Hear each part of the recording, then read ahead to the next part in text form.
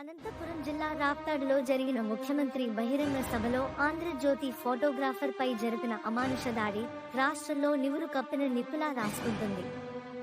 పత్రికా స్వేచ్ఛను, మానవ హక్కులను కాలరాస్తున్న ఈ ప్రభుత్వంపై జర్నలిస్టులు రగిలిపోతున్నారు.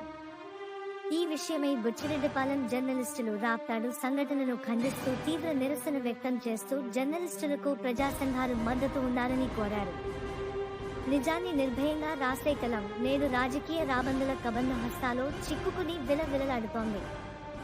సాక్షాత్ ముఖ్యమంత్రి బహిరంగ సభలో ఇటువంటి సంఘటన చోటు చేసుకోవడం యావత్ జర్నలిజానికే చెంపపెట్టు. హక్కులను హరించి వేస్తున్న రాజకీయ రాబందులపై మానవ హక్కుల commission, press council of India ఉక్కు పాదం మోపాలి.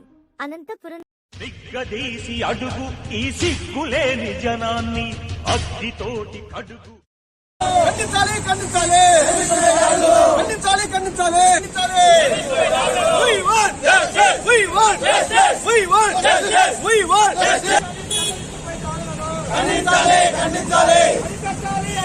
జర్నలిస్టులు చట్ట వ్యతిరేక కార్యకలాపాలపై దృష్టి పెడుతూ ఉంటారు.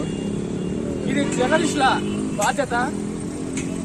సమాజంలో అక్రమాలు, అవినీతిపై వార్తలు రాస్తున్నటువంటి జర్నలిస్టులు, ఫోటోగ్రాఫర్లపై, మీడియాపై దాడులు చేయడం సమంజసం కాదు. రాష్ట్రంలో గత రాప్తాడులో నిన్న ఏబిఎన్ రిపోర్టరు శ్రీకృష్ణ పైన జరిగిన దాడిని రాష్ట్ర వ్యాప్తంగా జర్నలిస్టులు అందరూ ఖండిస్తున్నారు, నిరసన వ్యక్తం చేస్తున్నారు.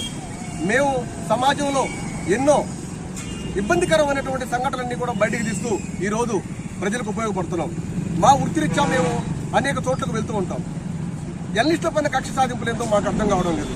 నిన్న ఏబిఎన్ రిపోర్టరు ఆయన వృత్తిరీత్యా అక్కడికి వెళ్ళి ఫోటోలు తీసుకుంటూ ఉండగా అలా అమానుషంగా అంతమంది ఒక్కసారిగా దాడి చేసి ఆయన్ని గాయపరచడం పద్ధతి కాదు. ఇవి అన్ని వర్గాల ప్రజలు దీన్ని ఖండించాలి.